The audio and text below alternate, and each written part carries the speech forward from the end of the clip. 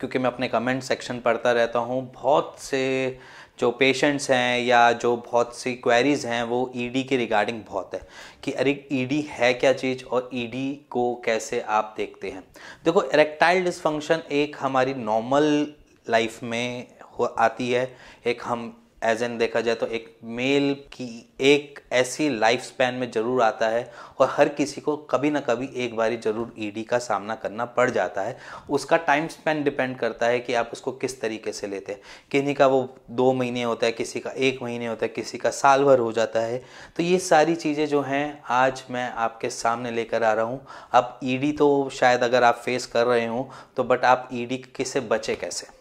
देखो, सबसे पहली चीज़, जो लोग अभी न्यूली मैरिड हैं और उनको ईडी के सामने या ईडी को एक तरीके से फेस कर रहे हैं। अब ईडी एरेक्टाइल डिसफंक्शन माने कि अगर आपका लिंग जो है वो प्रॉपर तरीके से तनाव में नहीं आ पाता।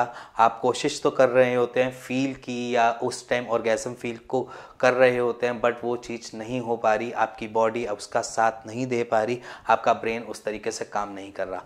तो आज मैं बात करने जाऊंगा मेंटली या जिसे कहते हैं साइकोलॉजी की ही आप ईडी को परफॉर्म नहीं कर पाते। साइकोलॉजिकल की आपको अपनी ही परफॉर्मेंस पे एक तरीके से डाउट होता है।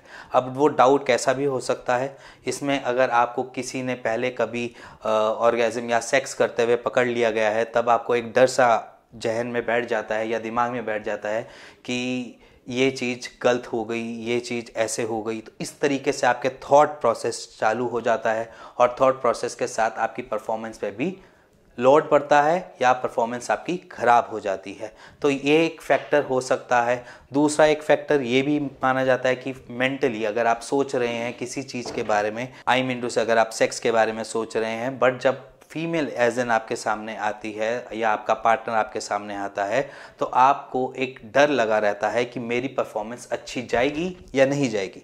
तब आपके वहाँ पर एक प्रॉब्लम आ जाती है ईडी की। अब वो कैसे भी हो सकती है, अगर आप देखा जाए तो अगर आप नॉर्मल अपनी परफॉर्मेंस को खुद से ही जज करने लग जाओगे तो वो परफॉर्मेंस हमेशा ख़राब जाएगी। तो वहाँ पर आपका मेंटल प्रेशर आप पे बहुत ज़्यादा हावी कर देता है।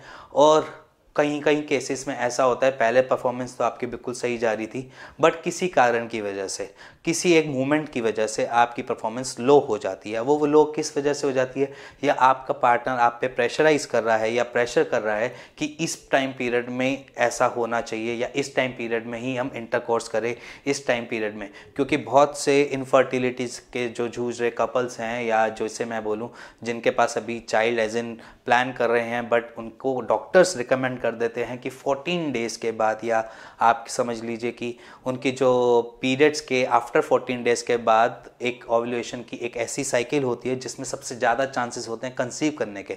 तो वहाँ पर देखा जाता है फीमेल प्रेशर डालती है एज इन अपने पार्टनर पे, उसकी वजह से वहाँ पर परफॉर्मेंस डाउन हो जाती है और परफॉर्मेंस डाउन का इम्पैक्ट आपको ईडी से ही मिल जाता है या इरेक्टाइल डिसफंक्शन की प्रॉब्लम हो जाती है। अगर हम सारी चीज़ों को लॉजिकली देखा जाए और सारी चीज़ों को हम एक बक्से में बंद किया कर दें तो ये प्रॉब्लम आराम से सॉर्ट आउट हो सकती है। क्योंकि ये सारी चीज़ ईडी से रिलेटेड जो है वो है एक सबसे पहली चीज़ आपका प्रेशर या अपने आप का जो जजमेंट करते हो परफॉर्मेंस जजमेंट पे, या तीसरा आपके ऊपर किसी टाइप का भी स्ट्रेस। ये सारी चीज़ें आपके ईडी पे मैटर करती है। और माइंड में ही एक ऐसा ग्लैंड होता है जिसको हम कहते हैं पिट्यूटरी ग्लैंड, जो आपके हर एक ग्लैंड का एक रूलर है। रूलर माने कि सबसे बड़ा किंग जो है वो आपका एक छोटा सा ग्लैंड आपके दिमाग में होता है, पिट्यूटरी ग्लैंड, और वो ही आपके सारी चीज़ों को देता है परफॉर्म करने की एक, जैसे कहते हैं कि उनको एक शक्ति टाइप देता है, जो शक्ति आप अपने ब्रेन से ले सकते हैं। उस ब्रेन को आप डाइवर्ट कर देते हैं एज इन प्रेशर में या एज इन स्ट्रेस में या एज इन आप किसी भी उस लेवल पे जहाँ पर आप अपने आप को जज करने लग जाते हैं। तो वहाँ पर आपकी जो ईडी की प्रॉब्लम है वो सामने आ जाती है। मोस्ट ऑफ द केसेस जो हम पेशेंट हमारे पास आते हैं, हम उनमें मोस्ट ऑफ द केसेस में ये ज़रूर देखते हैं कि उनको ज़्यादातर प्रेशर या जिसे कहते हैं कि उनको ईडी की जो प्रॉब्लम लगी है वो कॉज ऑफ अपने ही मेंटल प्रेशर की वजह से लगती है। फिजिकली एक नॉर्मल होता है, एजिंग के टाइम में आता है, एजिंग के साथ आता है, या मे बी उनकी जो इंटरकोर्स का जो है वो डेली कर रहे थे, उसके बाद एक मोमेंट आता है जब उनको खुद से एज सच फील नहीं हो पाता कि फीमेल्स के साथ वो इंटरकोर्स करे। वो एक अलग चीज़ है, वो एक अलग लेवल है, वो एक अलग ईडी की प्रॉब्लम है। But most of the cases जो ईडी से जूझ रहे होते हैं उनको मेंटल प्रेशर से ही ज़्यादातर देखा गया है। तो अगर आप अपनी परफॉर्मेंस ठीक करना चाहते हैं या अपनी मेंटल प्रेशर को थोड़ा कम करके इन सब चीज़ों में इन्वॉल्व होते हैं, एज इन आप ऑर्गेज़म फील करें या सेक्स में इन्वॉल्व करें हुए, तो सबसे पहली चीज़ जो है वो आपको देखनी चाहिए कि आपके ऊपर कोई जज नहीं करेगा।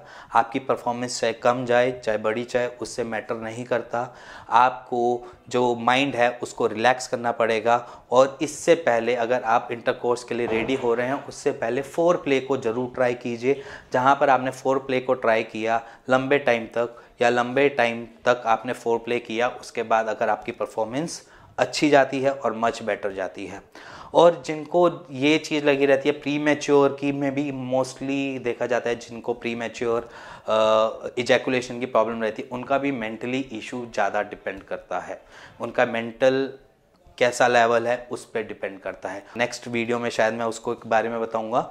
बट आज की ईडी की जो है उससे पहले समझ लो कि आपने कभी भी सेक्स करते हुए या मान लीजिए ऑर्गेज़म को फील करते हुए अपनी परफॉर्मेंस को जज नहीं करना है।